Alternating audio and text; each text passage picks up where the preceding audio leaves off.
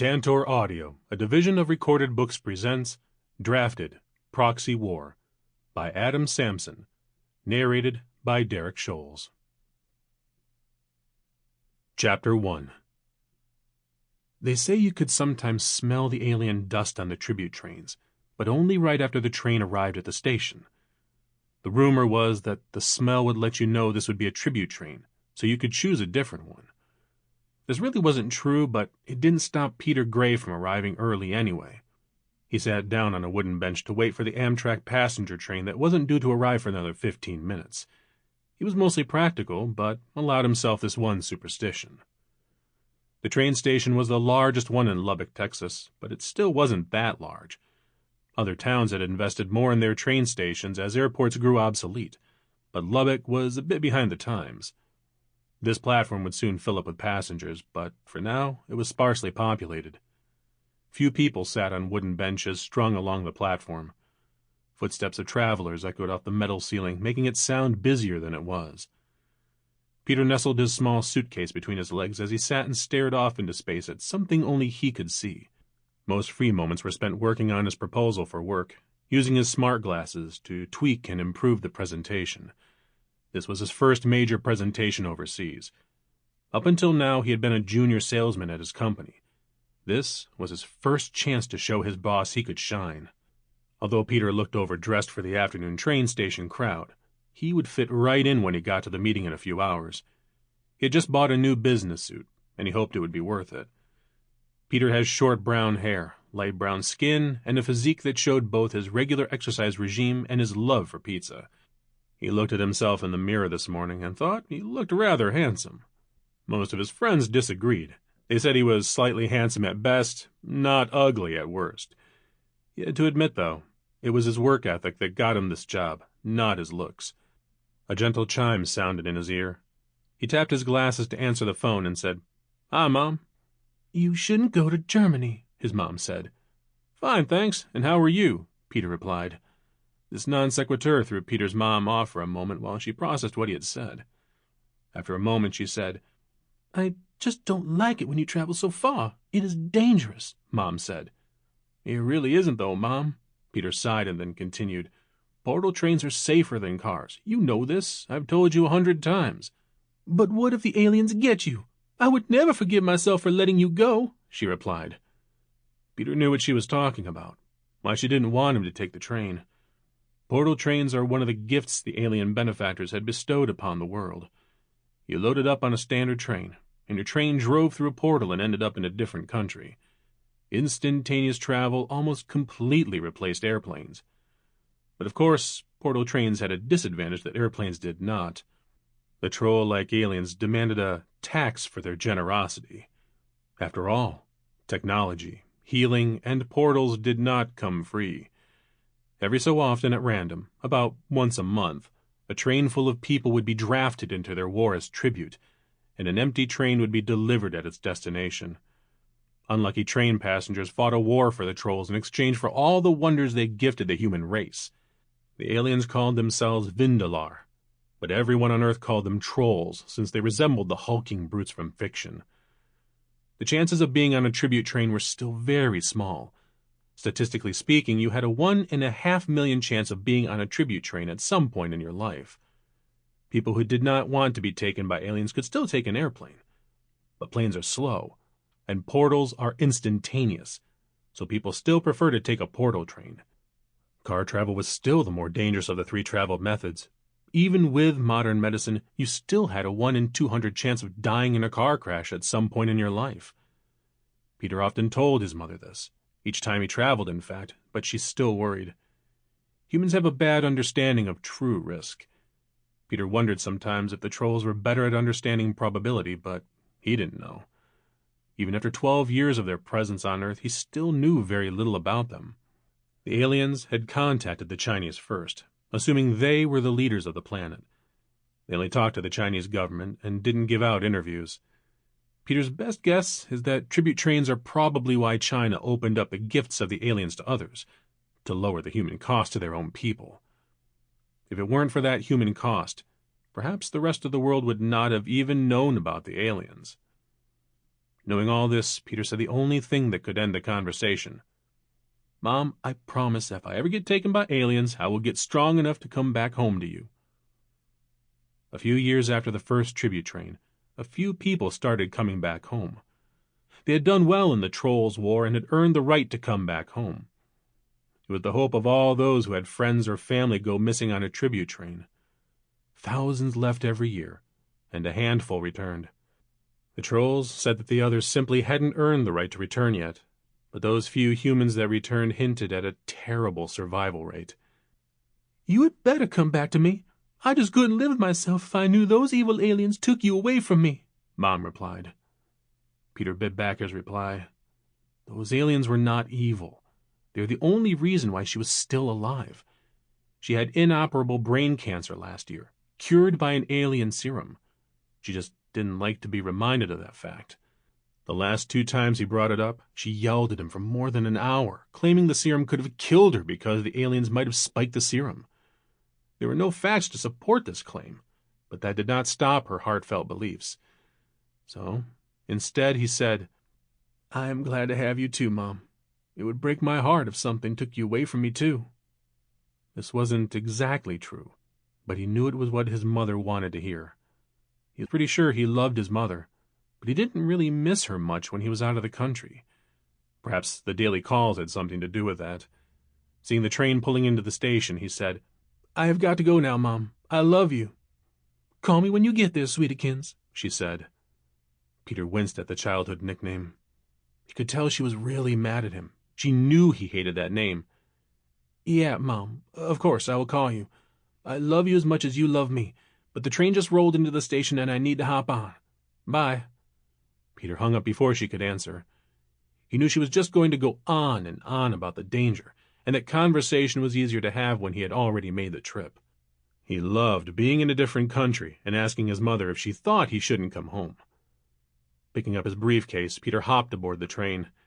Each train car had 2 levels with stairs on each end to travel between levels. Halfway up on each side, there was a small section with 6 seats, and Peter always wanted to sit there. It didn't feel as crowded to him as the larger sections of the main train car did. It always felt cozy, like a small reading nook in the library that no one visited. Peter particularly liked it when the train didn't fill up all the way and he had the section to himself. The train was idle for 5 minutes before Peter realized he wasn't going to get the section to himself. A large man in a tan trench coat sat kitty-corner to him, grunting as he sat down. He was large in a way that refrigerators are large, ungainly in movement, but fading into the background when not. He tucked his thin briefcase between his legs and removed his black hat and placed it on his lap. With the hat off, Peter could see that the fridge man was balding, but his hair was close cropped. Peter saw a long scar below his left ear before he looked away, not wanting to get caught staring. He didn't stare at men that large without consequences. For all Peter knew, this man could be a kindergarten teacher, but he would certainly guess mafia enforcer first. He would fit well in the background of a mob movie, or perhaps a henchman in a James Bond movie. They were the only ones in this section for a while, and Peter started to hope this train would not fill up. Portal trains didn't really take long, but Peter didn't like being squished between strangers. As people walked by him and continued up to the second level, he would cheer silently. Peter was a good passenger, so he didn't spread out his stuff on the seat, but he still hoped that people would pass him by. A woman and her young son dashed his hopes as they stopped at his section. Peter scooched over to give them room. The mother sat near Peter, and the little boy on the far side, his small legs dangling off the edge of the seat. The new arrivals looked Asian, but Peter didn't have enough experience to accurately guess which country they were from. If pressed, he would guess that they were from Korea based on their hair color. Their hair was black, exactly the same kind of black hair found in many Asian countries. He smiled when she talked to her son. He was pretty sure his guess was right, and they were speaking Korean. The mother had short black hair, looked to be in her late 30s, and had a round face that looked at her son kindly. Her son looked about 3 years old, black hair and a bowl cut. The cute little boy was looking around at the train in wonder, smiling and having the time of his life. Traditional etiquette on trains and all mass transit in America, Germany, and South Korea was to pretend that the other passengers on the train were not there. No touching, no eye contact, and certainly no talking to each other. A polite train trip was a silent one, with everyone pretending they were sitting in their own opaque pod and could not see anyone else. In blatant disregard to this rule, Peter leaned over slightly and smiled at the young boy. The boy can be forgiven for breaking etiquette rules and smiling back on account of his age, but his mother showed better manners and continued to ignore Peter. Next to join their small section was a tall, thin woman. She was much older than the rest of the passengers, but Peter suspected that when she was his age, she was a great beauty. Now, however, she had a pinched face and seemed dissatisfied in every way with the world around her. Since his section was full now, Peter bowed to societal pressure and stopped people-watching. He tapped his glasses and started making the small hand movements needed to manipulate the sales presentation. His arms in his lap, he only moved his hands a few inches at a time to get the desired results. His smart glasses' slim design and groundbreaking interface combined to make a true modern marvel. But Peter hated it. He didn't actually need glasses. It was just for the screen. He hoped that after this sale in Germany, he would get enough commission to get a display implanted in his eyes. It would eliminate the need to move his hands since it tracked eye movement much better, and the resolution would be as crisp as his eyes could possibly detect.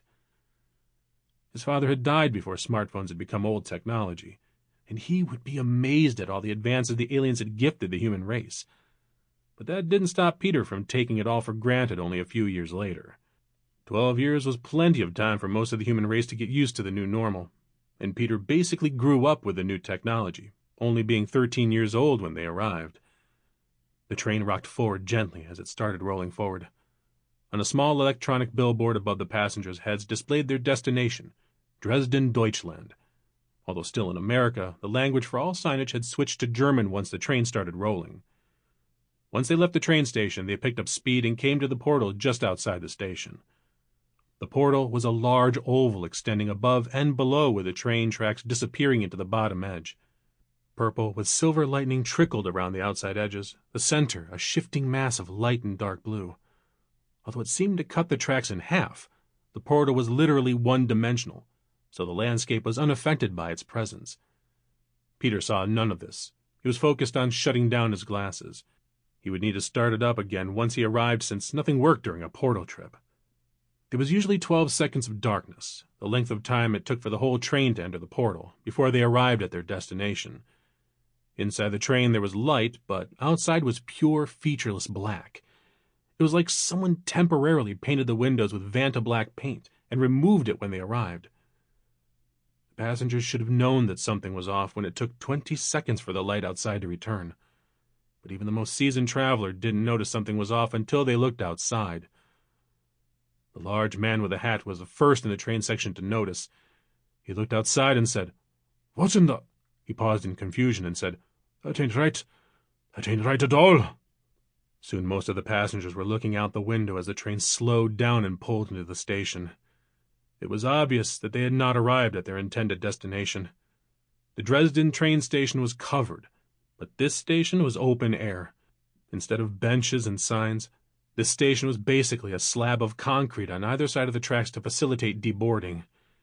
Seeing this, Peter said, more to himself than anything, "They must have misrouted the portal. They say that never happens, but there you go." He turned back and sat in his seat again as he said, "I hope they fix this soon."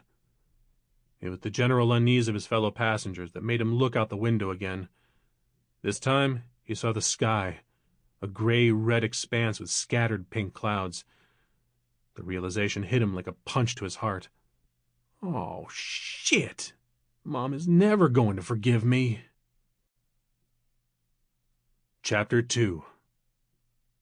He was going to die. This train had been chosen by the aliens as a tribute, and he was going to die in their war. What were they fighting for? He didn't want to die out in space. Or wherever this is, a planet of some kind, obviously. What planet had a red sky? He had no idea. The tall, thin woman stood up, started rocking back and forth on the same spot, and said, "Oh, nein! Oh, nein!" Her eyes were wide with panic as she continued. "Das geht nicht. Ich werde ins Bett sein. Das geht nicht. Ich kann nicht ins Bett sein. Das geht nicht. Wir müssen zurückkehren. Ja, das mache ich. Ich werde einfach zurücklaufen." Ha, ich laufe einfach zurück. Peter knew enough German to realize that the older woman was planning on just walking back through the portal. He leaned up against the window to see if he could see the portal. He couldn't because the train track was directly behind them. Seeing the older woman start for the exit, he followed her. They walked up to their exit right as the train came to a stop. They were one of the first few to exit the train. Most of the rest of the passengers were reeling with shock at their unexpected destination and not in a hurry to leave the train and walk into the unknown.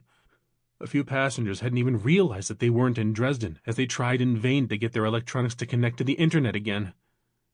The older woman turned towards the portal in the distance and started walking. Peter started to follow after her, only to see the portal close. He stopped, defeated. This was it. He was stuck here for the rest of his life, however long that ended up being. Looking around at the new world, he squinted a bit. For a world with reddish-gray-colored skies, it was certainly brighter than he would expect. There were tall mountains on either side of the train, far in the distance, but it was clear they were massive. In front of the train, where the concrete platforms ended, was a collection of vehicles. He turned towards the old woman to talk to her, but she had continued to walk towards the end of the train when he wasn't looking. Perhaps she hadn't seen the portal close. "Hey! Das, Portal ist geschlossen!" he yelled at her. He was reasonably sure that she would understand that the portal is closed, even though he couldn't remember the German word for portal. She half turned towards him as she kept walking. "Ich kann nicht warten. Ich bin schon spät," she said. Then she turned around and started walking further away from the train. Peter was about to go after her, but at this point, more people started to exit the train and blocked his view of her. He almost ran after her anyway, but stopped himself. What would he do if he stopped her? What should they be doing now anyway? Belatedly, he thought about the quality of the air around him. How was he able to breathe on a different planet? The sky and ground obviously indicated the composition of the planet was vastly different than Earth. He took a deep breath, thinking about the air. It smelled clean. Not fresh exactly, just devoid of any bad smells. It was a little dry. His second big breath left him a little bit lightheaded.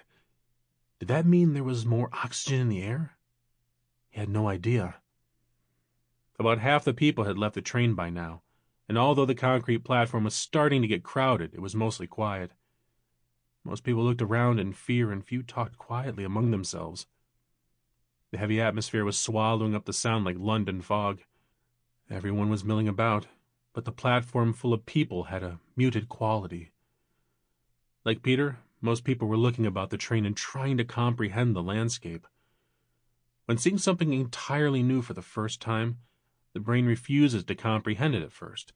Although the pile of aquamarine rocks at the base of the train platform were distinctly septagonal, their minds refused to admit that there was anything but a blue blob there, at least until they stared at the rocks for a few moments, and the truth revealed itself. The rest of the landscape was mostly different shades of rock and dirt. The train station stood in a valley between two large mountains, with stripes of color blending into each other. The train station was built on the blue rock, but that must have been quarried and brought here, since the dirt directly below it was a brick red. Farther from the train, the ground faded into a light blue, with a dusty purple boundary between them. The light blue stopped abruptly at the foothills of the mountains, rock slides of dusty vermilion shale acting as the boundary. Above the shale, there were splotches of blue that could be vegetation, but it was too far away to see. After a few moments, shapes emerged from the landscape, moving toward the train, 3 on each side. Just as the shapes resolved themselves into humanoids, a voice rang out across the landscape. The voice repeated a message a few times, but carried no meaning until the humanoids drew closer. "Ba so yo jing li fang zai huo che shang, ran ho dao huo che jiang mian, jing shuang shuang huo che jiang mian, tigong de jiao tong gong zhu. Lassen Sie Ihr ganzes Gepäck im Zug und kommen Sie vor den Zug. Bitte laden Sie den bereitgestellten Transport vor dem Zug. Leave all your luggage on the train and come to the front of the train. Please load onto the provided transportation at the front of the train." There was a pause, and then the recording repeated itself. At this point, the humanoids were close enough to the train to see that they were indeed humans. Chinese soldiers in uniform. They began waving the crowd towards the vehicles and saying, "Zhang Jianzhou," over and over again. Peter was looking bewildered as the soldiers kept waving the crowd forward, stuck as the people slowly moved around him towards the vehicles. The Korean woman from his section of the train touched his arm lightly. "They are saying we must move this way. Come," she said. She waved him on and joined the crowds. The noise level seemed to pick up, the crowds growing louder as they started moving. Without another word, Peter turned and followed her. If he was going to die on this alien world, did it matter where he ended up? As they got to the vehicles, Peter saw that the vehicles were not trucks, but alien transports. They hovered gently over the landscape, keening slightly with a quiet scream just on the edge of his hearing. There was a silver-covered cab, pentagonal with windows on all sides. It looked like it was made of metal scales, small, five-sided scales tightly overlapping and sharp. Behind the cab was a trailer, a floating flatbed that had rows of basic chairs secured to the frame. The flatbed looked like it was constructed of the same small scales, but the chairs were typical metal chairs from Earth. As he got there, there was a line of people being loaded up onto the back of the flatbeds. There were 6 vehicles, 5 with long flatbeds and 1 shorter and covered. As they waited, they saw the occasional child being led alone to the smaller covered vehicle. Peter frowned. Separating families was never a good sign. As they got to the front of the line, a smaller Chinese female soldier was directing traffic, telling groups of people to go to one of the 5 flatbeds. Occasionally, there was a young child, and she spoke to the parents for a moment, and they willingly sent their children to the smaller covered vehicle. When the Korean woman from his section got to the front of the line, she tightened her grip on her son's hand. The female soldier held up her hand and leaned in to talk to the Korean mother. She whispered something into her ear, evidently something shocking because she tensed up and seemed about to cry. She then turned to her son and spoke to him, her voice cracking. The young boy looked hurt and sad, but with a word from the Chinese soldier, he walked by himself to the covered vehicle. Peter found himself quickly loaded onto the final flatbed, on a seat next to the Korean woman. He looked around himself and saw the flatbed slowly being filled up. He guessed that the bed could fit about 150 people. Most had a dazed look on their faces. Only a few were angry. Peter turned to his neighbor and asked her, "Why did you let your son be taken like that?" After he said it, he realized how harsh and accusatory it sounded. Immediately he wished he could take his words back. It wasn't the first time he let his words get ahead of his thoughts and regretted it. The Korean woman turned to stare him in the eyes for a long moment before she said, "She told me the truth. Most of us will not survive the day, but the children will be sent back to Earth." She turned back away as she said, "It was his only chance." "I am so very sorry. I can't even... I'm so sorry," Peter said. She didn't look back and stared resolutely into the distance. It hadn't been more than a few minutes since he found out he was probably going to die soon, but now he felt much worse because of this awkward situation. He looked to his left to see who was sitting next to him on his other side. Anything to avoid this terrible feeling. His neighbor was a young man, about his age, grungy clothes and heavy hiking boots. Peter guessed the man had been planning on backpacking across Europe before his plans were changed for him. He was taller than Peter and had long flowing blonde hair and pale white skin. He could pass as a native for several Scandinavian countries, so perhaps he was returning home from hiking across the U.S. The hiker was currently staring intently behind him. In fact, most of the people sitting near Peter were staring behind him, so Peter turned back as well. They were staring at a figure far away from them near the end of the train. It was the first alien any of them had seen in person. The pictures hadn't done them justice. The Vindalar really did look a lot like the stereotypical fantasy troll, or perhaps an orc from Lord of the Rings. Peter knew that everyone called them trolls because of their ugly visage, quick regeneration, and aversion to fire, just like the trolls in fiction. They were much taller than he had guessed from seeing them online. The alien had a head, 2 legs, and 2 arms, like most alien life that humans knew about. About 9 feet tall, with green pebbly skin and disproportionately large hands. The alien was ape-like, thickly built with arms longer than its legs. As it walked forward, Peter could see powerful legs ending in hoof-like feet. The troll's torso and upper legs were covered in a black outfit that sparkled slightly as it caught the light. Perhaps the main thing that didn't match fiction was its head. Instead of a stupid-looking face with an ugly nose, this troll had an intelligent-looking visage, a small nose, and almost no neck. The sharp, angular head just jutted forward from its torso, its eyes only slightly higher than its shoulders. This particular troll was slowly walking from the back of the train to the front. The troll was peering into the train, and every so often he would stop and raise his hand, and a quick light would flash into the train, followed by a small puff of smoke from inside the train. Every so often the troll would stop, his hand would go up, and a light would flash into the train, and he would move forward again. Peter noticed that with every flash that went off, the Chinese guards would flinch. The Korean woman had turned around by now and was watching the troll with everyone else. She said, "What is it doing?" Peter's hiker neighbor said, "I think a few people tried to stay behind on the train and hide." "Shit." "Yeah." Before long, the alien troll reached the group of vehicles and said something to the soldiers. His voice, Peter assumed it was a he, was low and gravelly and grated on the edge of his nerves. Peter didn't understand the voice, but evidently the soldiers did. They all loaded up into the cab of a vehicle, with the troll in the front vehicle. The vehicle with the children took off first, turning around and traveling back along the train tracks. A portal opened up right before it got there, casting a blue light across the landscape, closing right after the transport went through.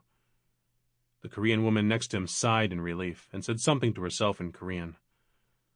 At that moment, the vehicle sprang into motion. All in a line like a caravan, they spread across the dirt, floating about 5 feet up. They accelerated like a race car, trying to beat a record, and kept accelerating. Wind began whipping by them all and pushed them into their seats. Before long, they were going so fast that it was getting hard to breathe. The wind was going by so fast that the pressure differential made it difficult to take a breath. Peter just closed his eyes and held on, just trying to survive the trip. He was genuinely scared for his life, and he realized that he was not ready to lose it yet. He tried praying, but could only think of the word please, repeating please to himself over and over again.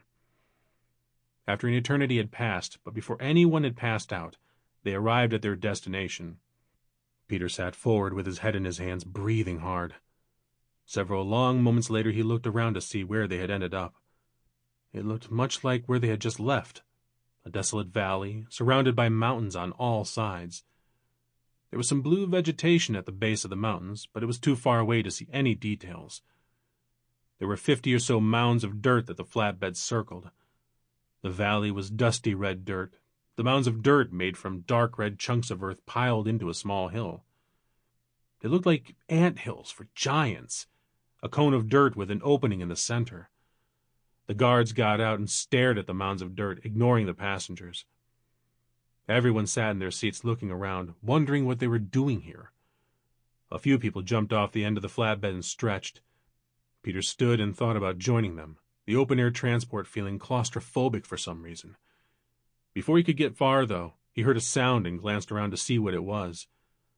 A screen had appeared in the air above each of the transports, angled so those sitting could see what was displayed. It was projected into the air from the cab, slightly transparent, but solid enough that he could easily see what was displayed there. It was a symbol of the Chinese army, a red star with a Chinese character in the middle. There was also soft music playing. Peter sat back down. The star soon faded and a cartoon was displayed, a view of the planet they were on, zooming in to a representation of where they were at now. 5 transports surrounding a set of mounds in the middle. A voice was narrating the cartoon, but it was in Chinese, so Peter ignored it.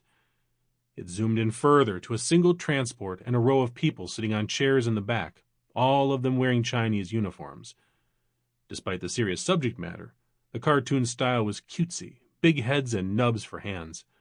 All of the cartoon people looked at the screen and said something altogether.